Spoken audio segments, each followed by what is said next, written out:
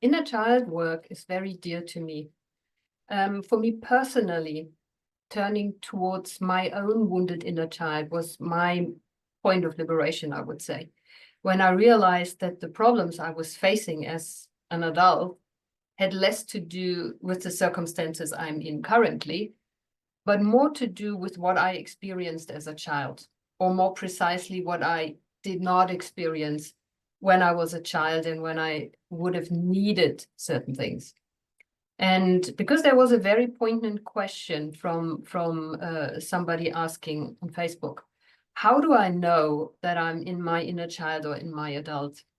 I think this is the question we actually have to start with. Yes. Because although we think we are all glorious adults and we are full of resources or not, it's actually not entirely true. So yes, a lot of times, on a lot of days, we are resourceful adults with our competencies and our gifts and our wonderfulness. But very often during the day when we get triggered, so when something in our surroundings or in our encounters rattles our cage, something inside of us starts to rattle too. And then instead of staying this beautiful adult with our resources and our gifts and talents and powers, we kind of drop back into an older version of us that was not so resourceful at a different time in the past. And then what can happen is that the beautiful adult we are now all of a sudden loses the abilities to deal with the circumstances now, and that we as adults feel not resourceful, alone, very emotional, not in proportion to what's happening, but that we are kind of like falling back into a wounded inner part of us. Now, how do we know? Very simply, when the situation reminds us of something in the past. So when you're feeling triggered, it means your body is activating. So something is happening physically. So there's an energy push or there's a freezing over. And emotionally, very often when we are in our wounded inner child, we feel helpless and hopeless. So simply we feel like we felt as children.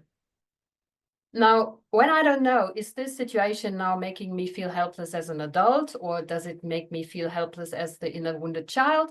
Very simply ask yourself, when have you experienced this before?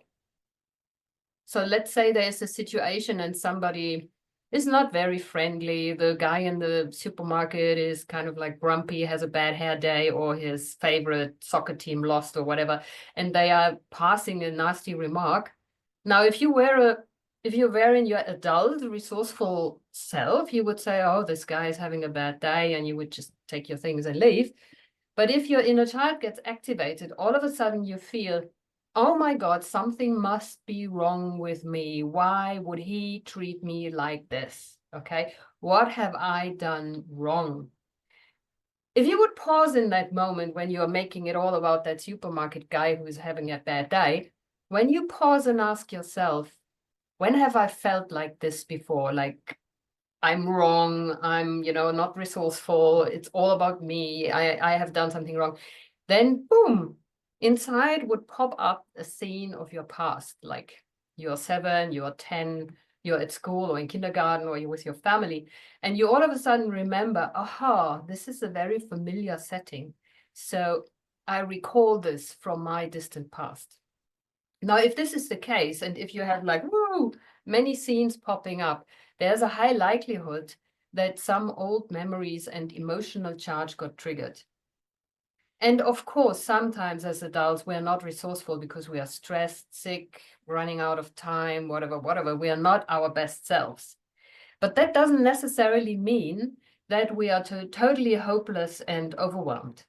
When that happens, very likely something inside of us got triggered. Do you know these little Russian dolls? We called them matryoshka in Germany. So the Russian dolls where one doll is inside another one. Mm-hmm. Very simple rule of thumb. When it rattles, something inside is loose. So the problem is not the outside big puppet that we have, but the problem is all the little ones inside that make a noise, that are loose, And this is what our inner children actually really need. They need us in that moment when something gets triggered and we rattle in our cage. They need us to hold them, to protect them, to keep them safe, to support them in the way we would have needed 20, 40, 50 years ago. So in the case of that supermarket guy, let's just use it because it's a stupid little example, but we all know what we're talking about, right? So in that situation, when I get, oh my God, what have I done wrong? Why would he treat me like this? And I'm all alone and I can never help. And when that happens, just pause, okay? Pause, breathe. And then remind yourself that you're an adult now. So breathe towards your belly. Really feel, I'm here now, feel your feet. Okay, this is where I am. And then ask yourself this very interesting question, when have I felt like this before? And when there's a 7 or 10-year-old one, you can ask yourself gently, what would I have needed at that time? When my teacher put me down, or when somebody said I'm totally wrong or incompetent or an idiot or something. And then remind yourself very often, we needed to hear from our supporters that we are safe. Okay, we would have needed to hear, you're safe now. It's okay, you can be you with me here now, exactly as you are, and you're safe with me. Now, when you remind yourself in that supermarket situation, you remind yourself, I'm safe here, okay? This guy is having a bad day. I am safe, okay? You can even rub your arms, nobody will see when you're in the queue and you notice, oh, that guy. You could put your hands into your pocket and just gently rubbing your fingers next to each other. Nobody's going to see that, but you can remind yourself, I am safe now. And then deal with the inner child that had bad experiences later, not in the supermarket. Wow, but it seems like it takes a lot of courage and awareness, for people who maybe don't know or never done this work before. Like if I look at myself many years ago, I was so disconnected that I was even able to realize that I'm triggered, that I'm frozen because I was in that loop constantly. That it would be really such a beautiful world if everyone could take responsibility and be so aware that you can basically like just stop and, as you said, breathe and connect. But it leads me to another question that we've got, that how can I build trust with my inner child if I feel disconnected from my emotions? Yeah, that is really complicated, because the reason why you have disconnected from your emotions is because as a child you had an experience that was so threatening, that felt so threatening, so not safe, that you had only two choices, stay with your emotions and lose everybody else, or disconnect from your emotions but stay with your family, your caregivers. So these two options are the only options we feel we have as children, because by biology, I mean, our nervous system, our biology is made in a way that children have to, it's mandatory, it's not a choice. Children have to stay connected to their primary caregivers, whoever that is, mother, father, grandparents, auntie, whatever. But they have to stay connected to an adult, because if they don't, they are dead. And children have that inside of them. They know, if I have to choose between staying connected with my family, my caregivers, or staying connected to my emotions and my needs and what I want, this is a very easy choice. We will always go with the family, which means every single one of us, we had moments in our life where we had to suppress and deny parts of ourselves. So maybe you were very angry and your mother, father couldn't deal with it and they passed a remark, or you got a hiding, or something happened. And then you will say, I will never get angry again. I will never not be angry again. You're trying this, but I will never show my anger again or speak from my anger again. And then the emotions shut down. So when you repeat this often enough, your nervous system actually gets it. So even when the anger is starting to bubble up, the lid comes on. Now, this is also the moment, not only where we disconnect from our emotions and our true feelings, but also where we discard, where we throw away that part of ourselves that is responsible for this emotion. So let's say you are a willful child and you have a lot of great ideas and your parents think the ideas are not so great and they don't allow you to climb up the tree or do whatever your idea was. And they shut you down and say, no, we're not doing this. And you get very angry. And then you get somehow punished or somehow life butts up against of you. Then it could happen that you decide, okay, when it is so threatening to be this kind of person, I will rather not be this person. And you split a part of yourself away. And this part is not available anymore. So when you repeat this often enough, you will deny that side of you that is inventive, creative, willful, a little bit out of control, rambunctious, you will push her away and then eventually make your identity the opposite. So I'm not willful, I'm not angry, I'm not all of this, but I'm a very good girl.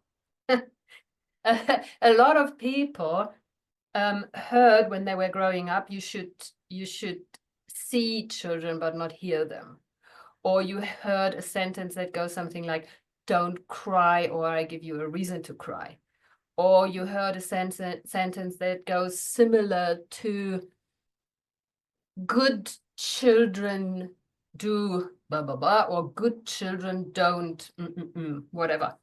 Which is an embedded command that if you do that, you're not a good child. And if you're not a good child, you will lose your connection. And when you lose your connection, then everything is over.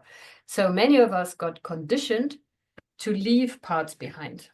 And these parts, well, wonder, you can't really lose them. So they stay inside. They stay suppressed into your subconscious or sometimes not so conscious, so different layers. They can be deeply buried or only partly buried, but they're still there.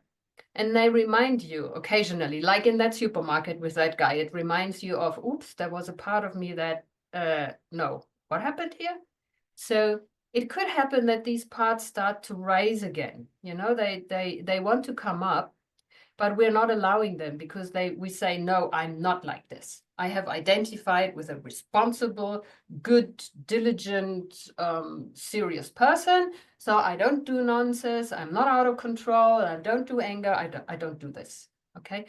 So losing our emotions and losing our inner children or parts of ourselves comes in a package. And when we want to unwrap this, we have to find a way to safely get towards our emotions again. And safely means not overwhelm and not thrashing through the woods, but safely means to build enough resources here now that I can dare to feel. So I need a safe place, basically. And very often the safe place is in the body. Unfortunately, when I have suppressed my inner child long enough and suppressed my emotions long enough, my body doesn't feel safe.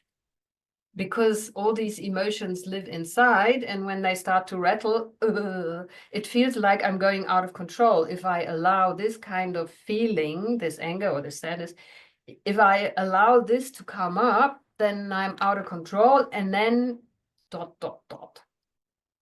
something horrible is going to happen. Now, we have to find a way to feel safe enough to go towards our body. And in my experience, it's best done when we allow ourselves to create a little inner picture, a little inner image of our inner child, and we stay with our adult self. So me, Dorothe, here now, today, I'm resourceful, I'm powerful. If I don't like something, I still have choices. But my inner child did not have these choices. So my adult self, I'm responsible for taking care of my inner child the way maybe nobody did or they couldn't do at that time. Now, me, my adult present self, I'm the resource for my inner child. Now, some people, when they start inner child work, they don't really want to do that because they feel, oh, but my inner child, no, and I don't even like myself. I don't like these aspects. I don't like anger. I don't want to be this person, you know? And then we might have to take other resources on board. We might have to find a safe place that is the feeling of me in my bed, or the feeling of me in the woods, safe in nature, or the feeling of my favorite pet when I was 10, you know, I can still feel the fur or something like this. Sometimes we have to take an external resource if we cannot face ourselves. So this is, it starts and ends with safety, and in that safety, being allowed to feel ourselves. This was a very long answer, sorry.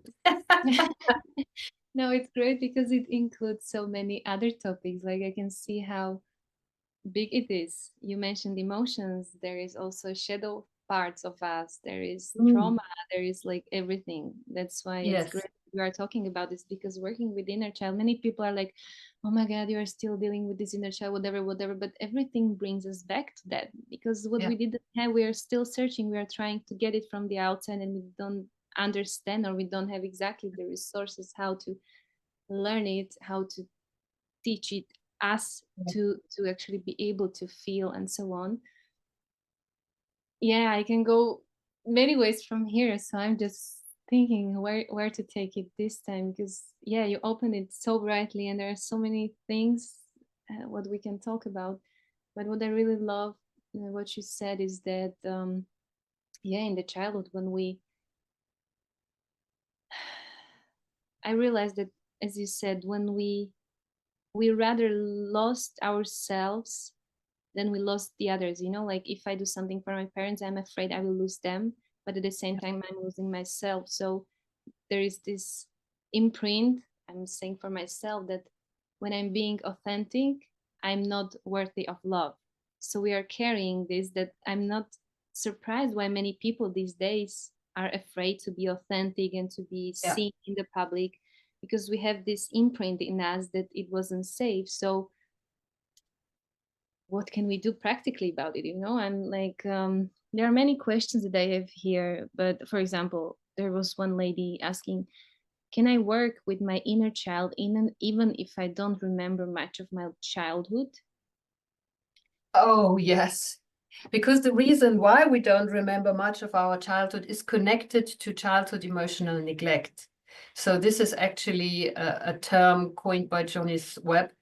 Childhood emotional neglect doesn't mean you were beaten and you had nothing to eat. It means in your emotionality, you were not embraced, not supported, not seen. And emotional neglect means either my parents are emotionally immature or not available, you know, for a variety of reasons. No parent bashing, please. I'm a parent myself, and it's no use parent bashing, you know, we're not blaming, but it's simply that as children, we didn't get what we needed to develop a mature, healthy emotionality. And then we shut certain aspects down. And unfortunately, when we are in this survival mode, our memory doesn't work properly. And we don't recall all the situations. Okay, so many survivors of childhood emotional neglect with beautiful parents who gave them a rich and abundant life, but were not available emotionally, or immature, or had something to do, or were not available. They report that they don't recall much. They say, I had a happy childhood, but I don't know a lot. I don't remember much. And for me, it was the same problem. So my siblings would call their childhoods beautiful and there was nothing wrong, or they would recall things and I would like, I don't, no recollection, I don't know. And it took me a lot of work with my inner child and a lot of realizing what did not happen, which is very difficult. You might even recall once you were lost in the zoo, or you were beaten, or you didn't get that, or somebody didn't come to your game or to your match or to your something.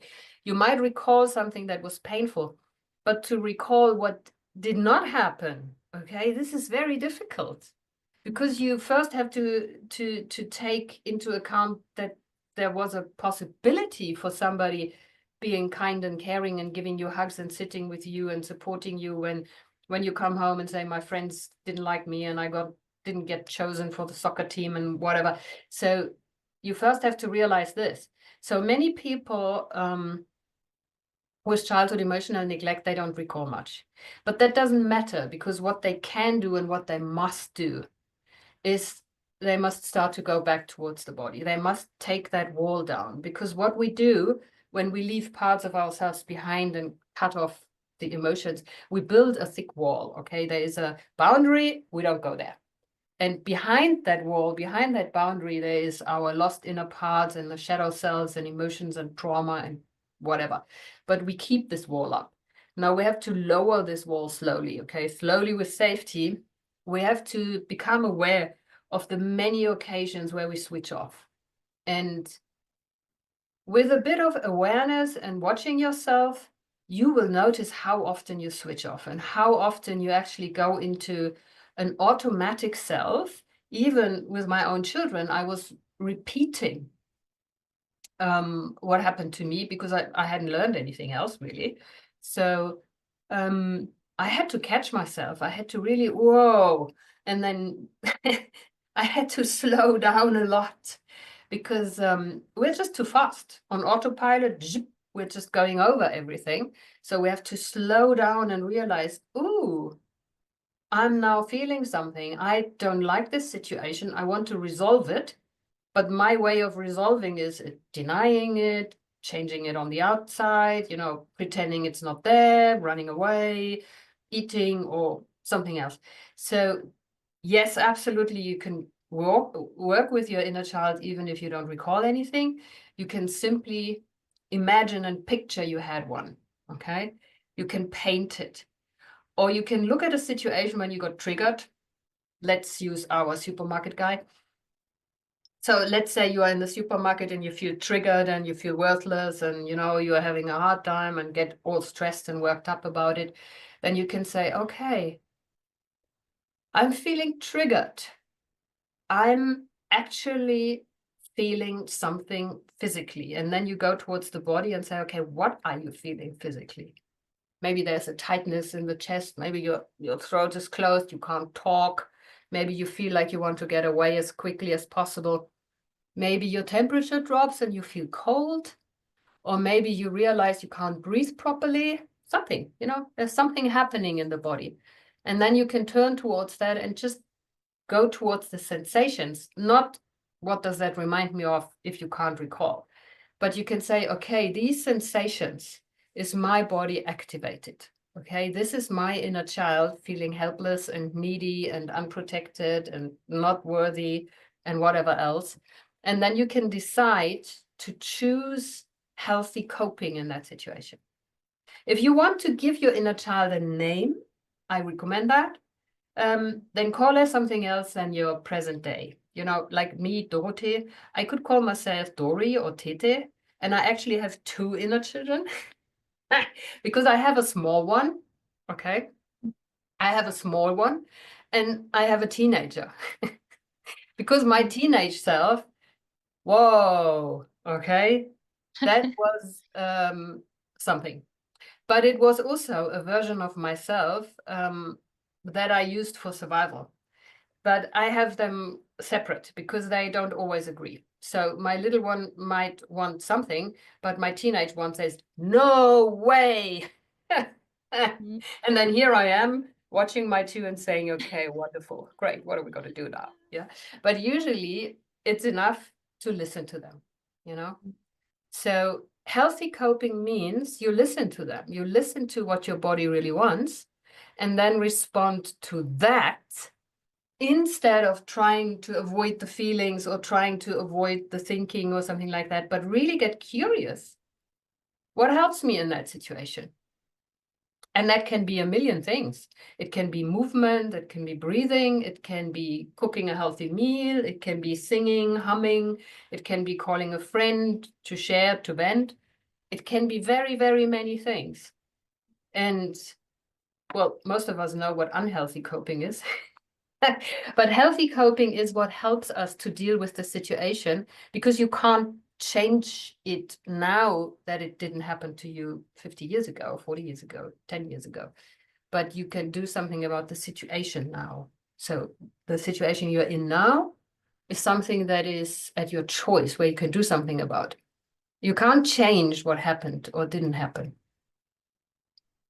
Long answer again. Beautiful. Okay, but let's say that some person wants to work with inner child or connect with inner child before she or he gets triggered, of course. It would be great to do it before we are so triggered that we are not even aware that something is happening. So it's also connected with another question, like what simple exercises, visualizations, or meditations can I do daily to nurture and connect with my inner child? Like, for example, practically, if the person, like I did many times, I'm frozen, so I don't even realize I'm triggered. Not now, but before it was more. So if the person is really open, or after watching this, maybe he or she will realize that, okay, I would like to connect, but I don't know how because I've never done it before. And when I'm triggered, I don't know why I'm triggered, or it's too much. So maybe if you are willing to share something easy, simple, so the people can try to connect with it. So what I usually recommend is that when we're starting with this kind of work, which is delicate, it's work that goes really deep and it's delicate. You can do it on your own.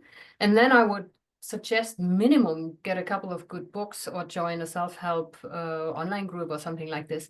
But we also have a live seminar, the Inner Child seminar, that's happening soon in Bratislava. But what we do there is we have an object, okay? So we use either a little stuffy toy we had as a child, or we use a picture we had, or if somebody doesn't have anything, we go outside, we find a little stone or like a chestnut or something, you know, just something small that you can have with you. Now, this object, the purpose or reason for this object is to have something tangible that you can touch, that you can relate to while you're doing your work, because it's so abstract, you know, what inner children and or whatever. So, but if you have a little picture of yourself as a child or as a baby, or you have this thing that you can touch like a stone, what happens here is you can have it in your pocket. Okay, so when you go out, when you go outside, you have a good idea what your situations are. Okay, you don't like shopping, or you don't like going into the bar, or you have a problem with the subway or something like that. Okay, you know that.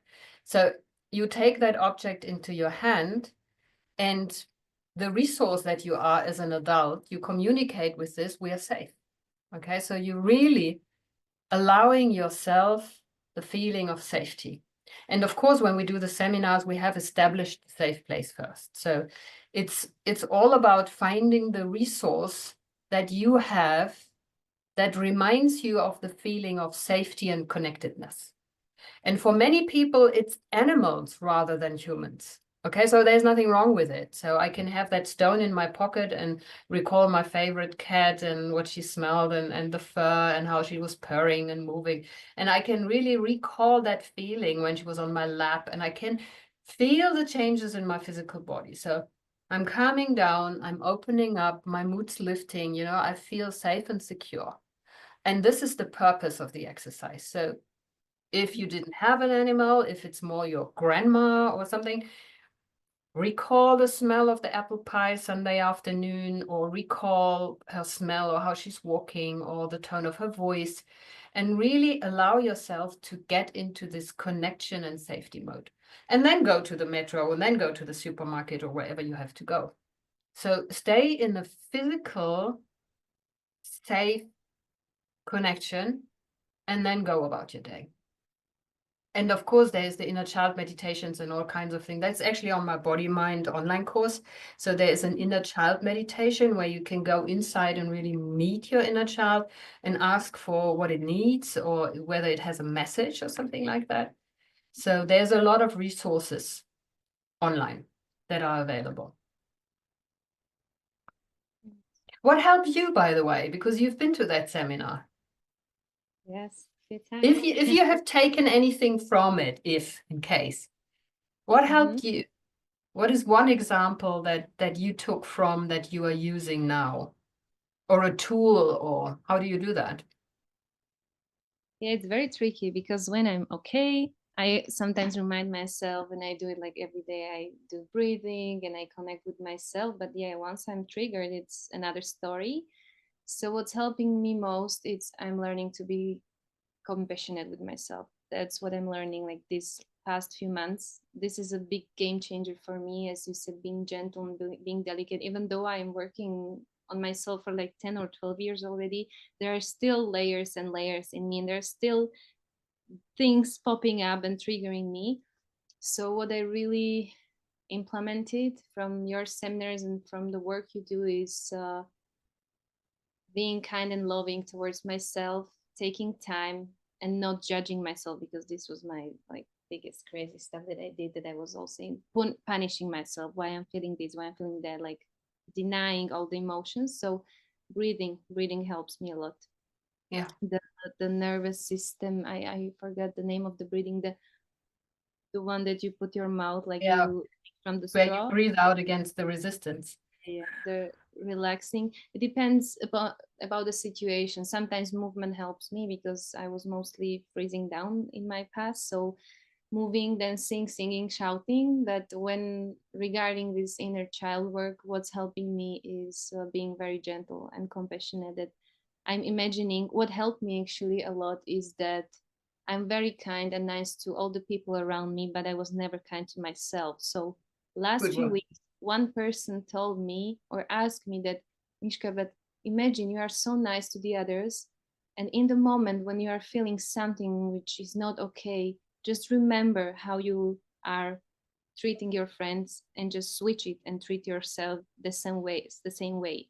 So what I do these days is that I try to remember that, imagine how nice you are to the others, try to be as compassionate as you are with them, with yourself.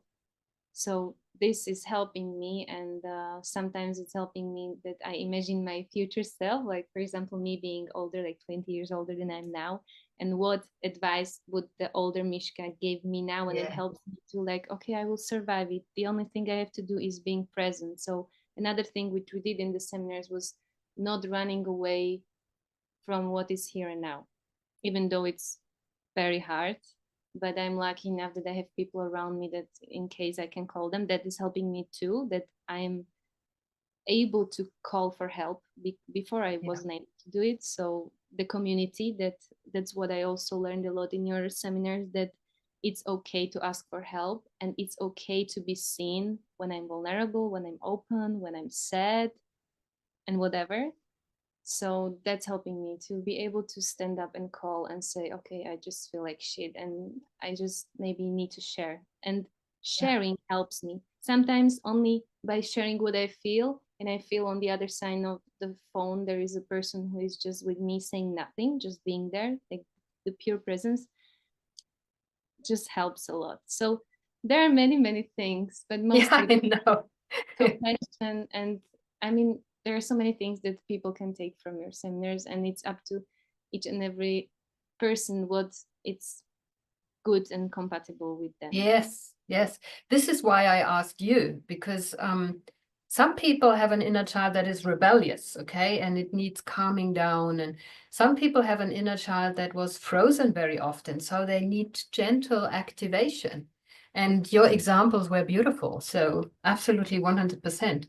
And what you also said is I think the key connection. If you can be there for yourself and connect with yourself, like the adult with the inner child, that's the reason why we do inner child work, because we can be the beautiful parents, the perfect parents we never had. No parent is perfect, it's not possible. So we can be our own best parents for our inner children. And what you said about the breathing, we sell these little bracelets at the seminar. Remember where breathe is on there. Now, of course, you can make your own. You just have wrap something around your wrist as a reminder to breathe.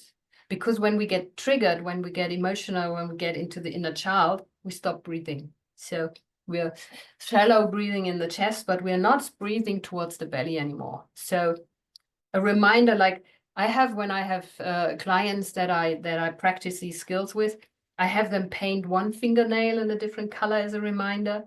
And also what I ask for them to create And I actually check on them, because if you just tell them to create it, they don't. So they have a little box with all the tools in there. So when you get triggered and you have access to this box, either on your phone or you have it in your handbag, like a little metal box, there you have all the things in there that help you to come to the present moment. So breathing techniques are in there, you know, little notes about the breathing techniques. There is something in it with a smell, you know, either a little flask of perfume or a little piece of fabric with a drop of aromatic oils on there. So something that smells, because that takes you immediately to the moment. It's the last sense that you lose. So this is why you can take unconscious people back into consciousness with smell. And you have something to taste in there. So like a sweet or a peppermint or something that you can put in your mouth with a strong taste, because that takes you back too. So you got all these reminders in there, and maybe your feather, your stone, your something as a reminder. So you got this emergency box for when you really need it, because what you said is so important. When we are triggered, we are already lost. We are already in our painful, wounded part. And it's really hard to pull yourself out by your own hair. It needs practice. And in the beginning, it's much easier to do that with the support of either friends or a therapist or at a workshop, because we need to train this, okay? Because when we had this happening as children, the number one thing we disconnected is because we felt alone. You know, we felt threatened to lose our connection. So we disconnected from that part in our emotions. So disconnection is the number one wound creating mechanism. And when we get triggered, we feel alone. Okay, many people don't ask for help because they have the experience. Nobody helps me anyway. When I ask for help, it's futile. Okay, or it's even embarrassing. So when I ask for help, I risk being chucked out. I risk being feeling ashamed and things like that. So asking for help can be a problem. Again, it's like in the Zen catalog, so the childhood emotional neglect. You have a list of things that many survivors of emotional neglect share, and one of them is that we don't want to ask for help. We help everybody else, but not ourselves. But you know, with that little stone in the pocket, or that reminder of your inner child, you can recall there is a part of myself, me, who needs me to show up for myself every day. And the kindness that you say you show to others, that you don't show that to yourself, is because you've split that part of you. Okay, this part is unlovable. So this part was risky. Being this in authentically was very, very risky. So you cut that off and you say, you are bad, go away, I don't like you.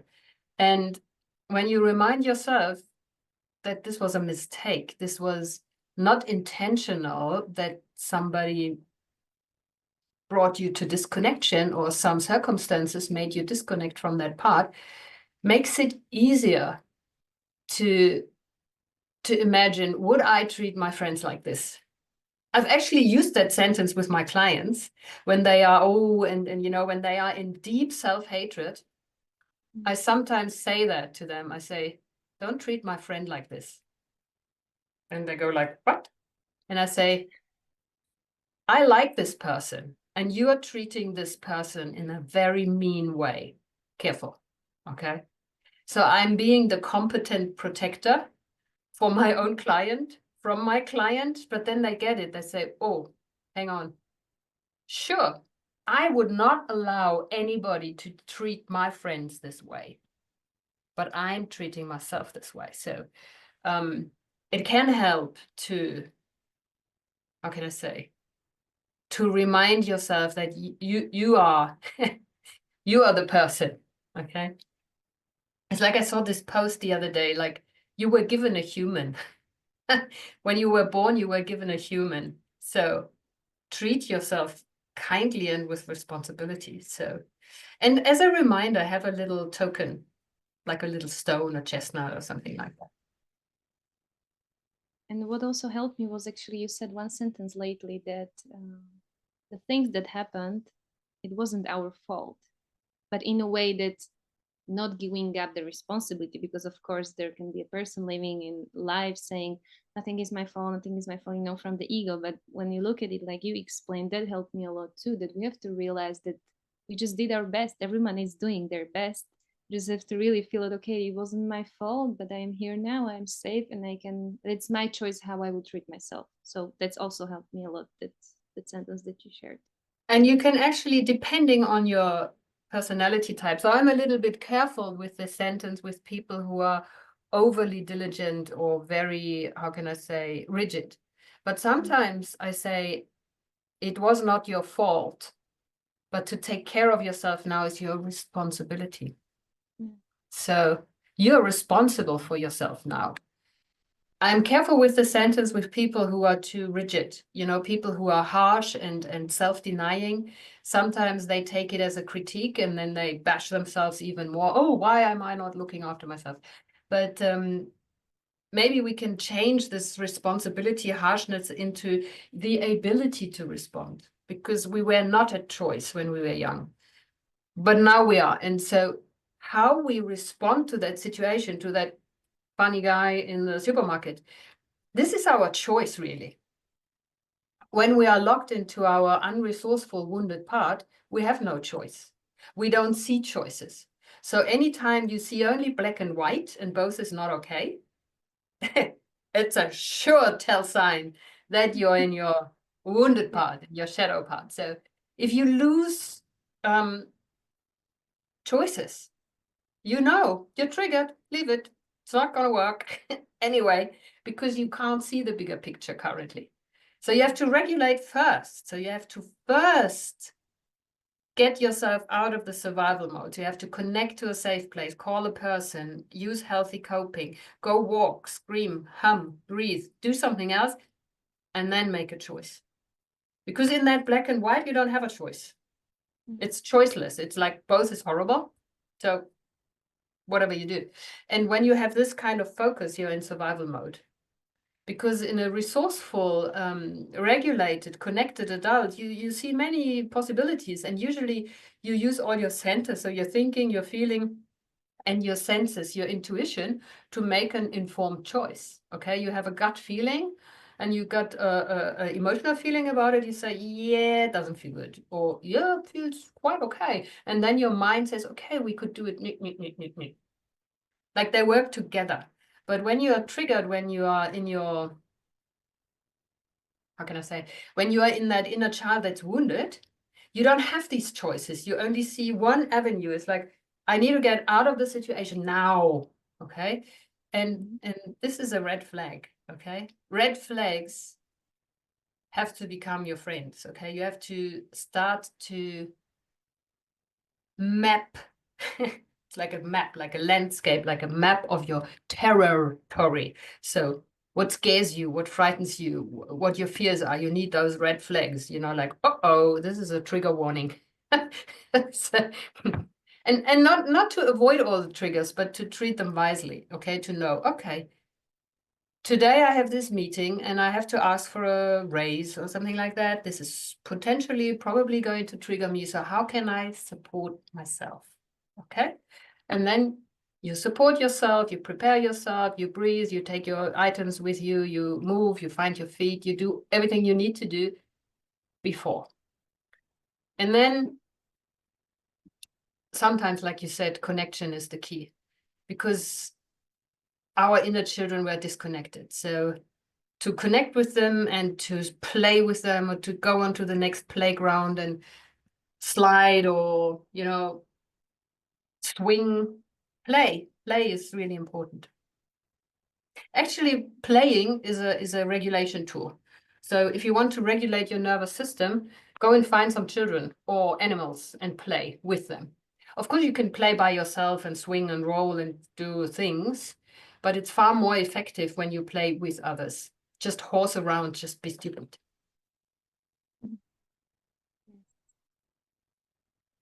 Another question from one lady. Can healing the inner child help with anxiety or depression? Oh, 100%. Yeah.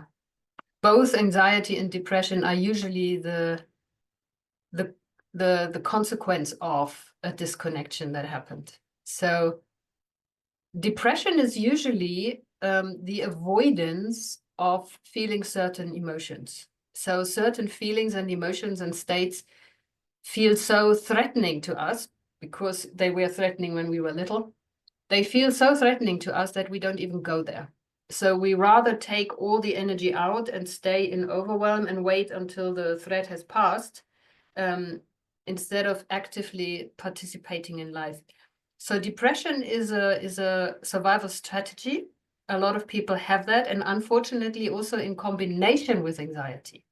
So anxiety is not a feeling, but it's a state of the nervous system where we are on constant alarm, okay? And we are fearful and we want to run away, but there is no real cause. There is no tiger in the room. There is no dog hunting us. There is no stone falling down, but we feel threatened all the time.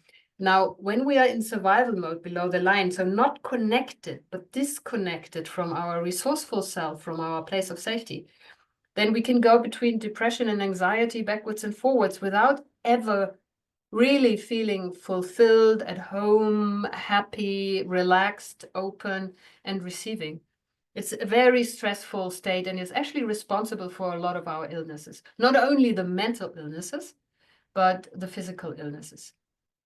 So with the psychoneuroimmunology, we know how many diseases are actually related to states of the nervous system. And depression is a state of the nervous system where I'm locked into hopelessness and helplessness. So the energy is taken out of my systems. Originally, this happens for a short period of time until the threat has passed, and then I'm coming back alive and I'm resuming life. Now, when we are locked into depression, it's almost like we are constantly under threat, constantly in survival mode. So we can't live. And many people function in depression. So they have functional depression. They can walk around, they can do their job, they can raise their children, but they cannot really allow joy, enthusiasm, ecstasy. They can't really allow deep gratitude and love and bliss because they have to stay shut down because it's too dangerous for some reason or the other.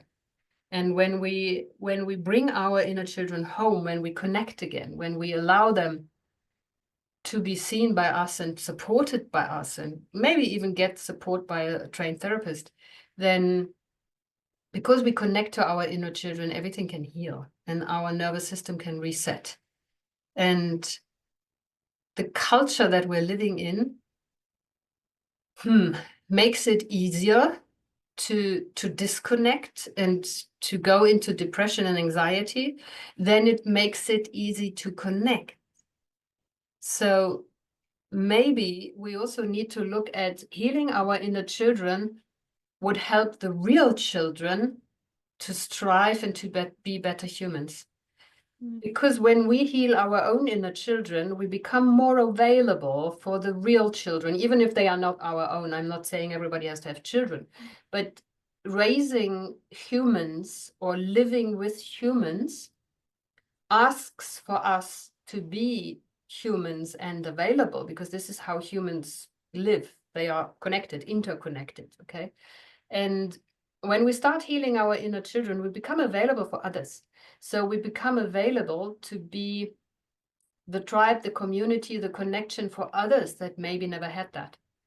And this would change our culture, actually. And so I'm a huge fan of self-healing, because this makes it possible for us to be human. So beautiful how we can actually help each other. I mean, with the children too, because when they see us behaving in a healthy way, they learn from us, but at the same time, we can learn from them by playing with them, so we can fulfill our own needs that were not met by just being with children, which is just so simple, but we forget about it because we are so stressed and overwhelmed and everything. Yeah. And this is also the thing about healing the inner child, and this is why I'm so passionate about it. Because when we heal our inner children, we unlock the real potential we had. Because everybody, when you are playing your ego games and you have your little cardboard figure of this is me, and please believe this is me, it's not real, you know, it's not fulfilled. But when we heal our children and we bring them home, we have this creative potential. So all of a sudden creativity is available, and fun and bliss and lightheartedness and the ease that children have to connect to each other. You know, you put them on the beach and then you have 5 children playing with each other. So this is how our inner children make us better humans, because they hold the denied potential. They hold everything that we were always looking for on the outside. It's actually there on the inside, because when we are born as these tiny little babies that, you know, we can't do anything, we have everything. It's like an acorn. The whole humanness is in that little baby, okay? And just growing up, stuff gets lost and refined or conditioned, but it's all there. We just have to take it back. And for me, healing my inner child and reconnecting to that part that I had left behind and lost behind made me so much more creative, powerful actually, but not in the way, but powerful in the sense of, hey, I'm myself, I'm safe here and you are safe with me, you know, powerful in the sense of I can make my decisions. I can choose and I dare to choose. And I sometimes set a boundary if I have to, because I know what's mine and what isn't. I know, I feel what's good for me and what isn't. And my emotions guide me. And powerful doesn't mean I have to barge over other people. It simply means that what I was gifted with, my talents, my special abilities, my gifts, my stupidity, my creativity, is available and can express itself. So when I say power, I mean this life force inside that is powering everything. That can live through me then. And beforehand, I was not available for this. I was not daring to let it out. I was not allowing it to be there, to shine, to do things, because I felt threatened, because I didn't feel safe. Okay. But with healing my inner child, I said, okay, wonderful. Not everybody has to love me. Not everybody will. Absolutely not. But being myself and being with me, I can explore my talents. Or what I, as my own good mother, then did was I was finding out, okay, what is your talent? What do you really want to refine? What do you want to play with? What are you good at? What do you really like? And how can that serve humanity? How is that livable? How can this live itself?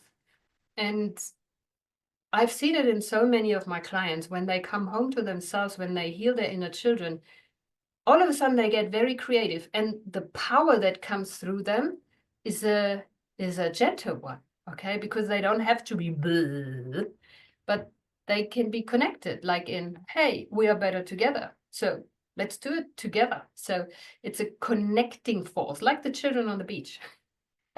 So I really love this, how can I say, this synergy that happens when people are authentically themselves and they say, hey, how can we play? Let's see. Let's throw our talents in the pot and let's see what happens. And then sometimes we say, no, I don't like this. It's not a game I like to play. And we absent ourselves. Thank you very much. Goodbye.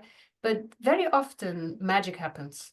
And this is why inner child work I'm passionate about. I love it. Wow, this was so beautiful. Thank you. Yeah, everything. You just shared everything. It's just so simple. I remember one time when I lived in community and it was like 11 o'clock in the night. It was so much rain outside. And then my friend came to my door on the house and she started knocking so badly. I was like, what's going on? She said, did you see it? It's such a big rain outside. Just come and join me. So we just put our clothes down. We were naked dancing in the rain.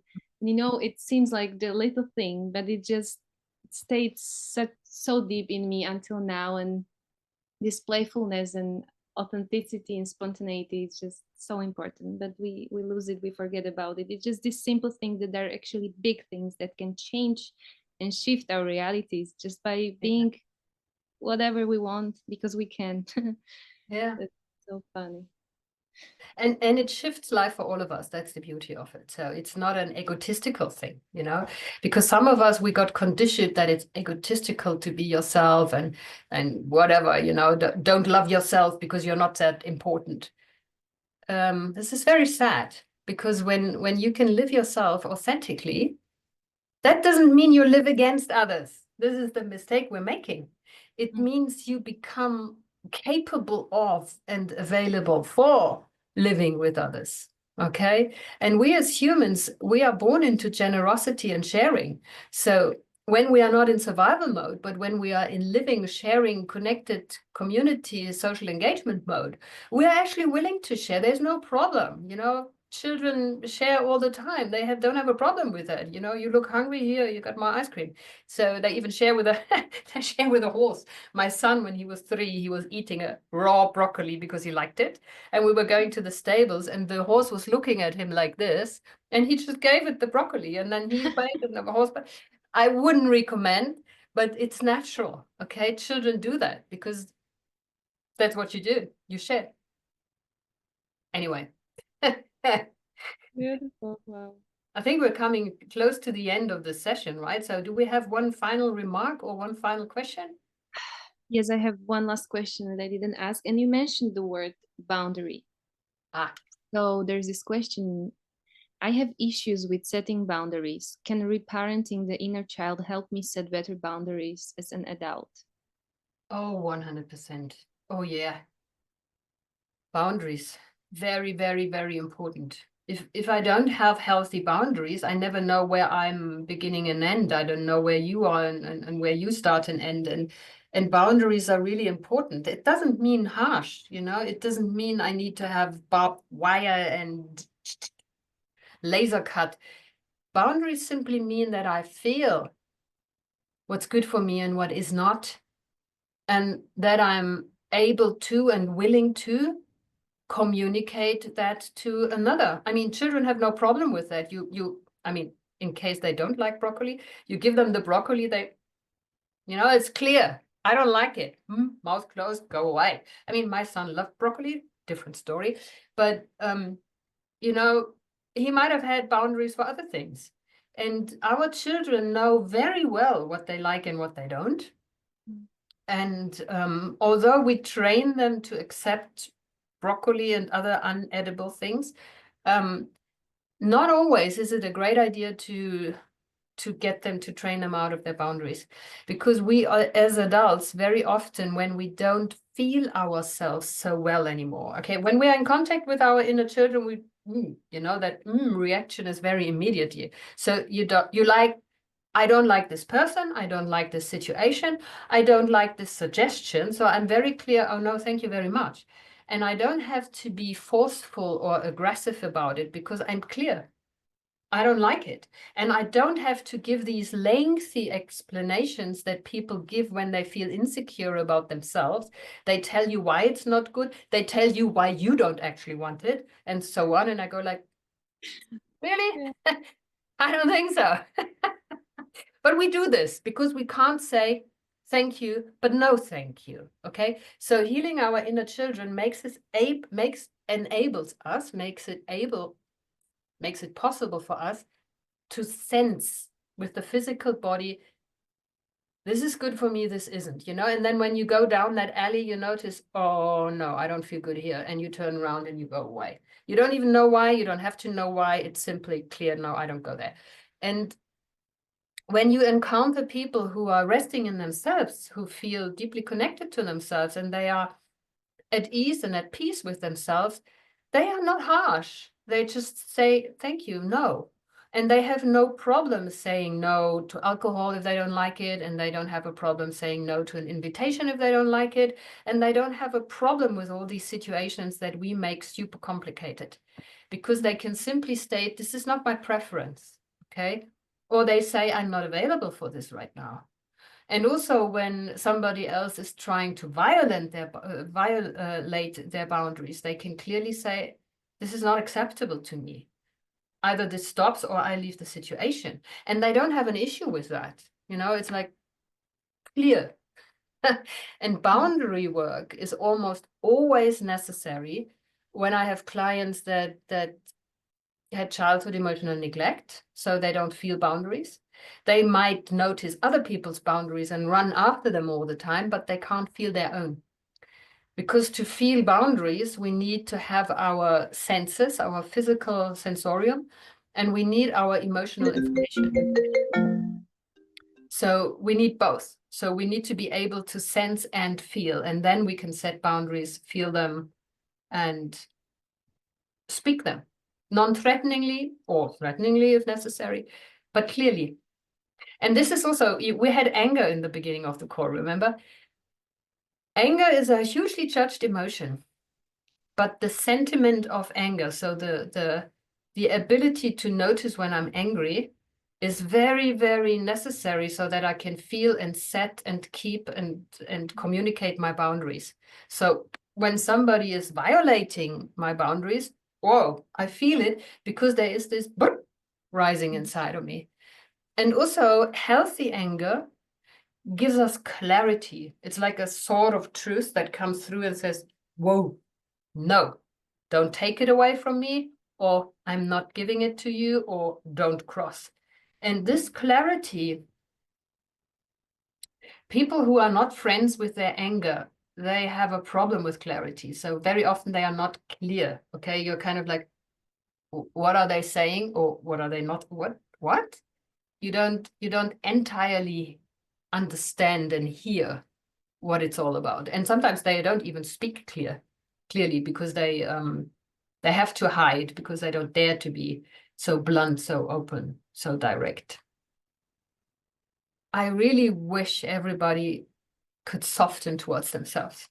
I would really, if I had one superpower, I would sprinkle compassion for self through the universe, so that we can soften for ourselves and come home here and look after our inner children with love and compassion, and not with harshness and criticism, but with really understanding what it is they need, and understanding that they didn't get it when they needed it, and that it's our task now, our responsibility, to give it to them now. So look after yourselves well. That would be my final remark.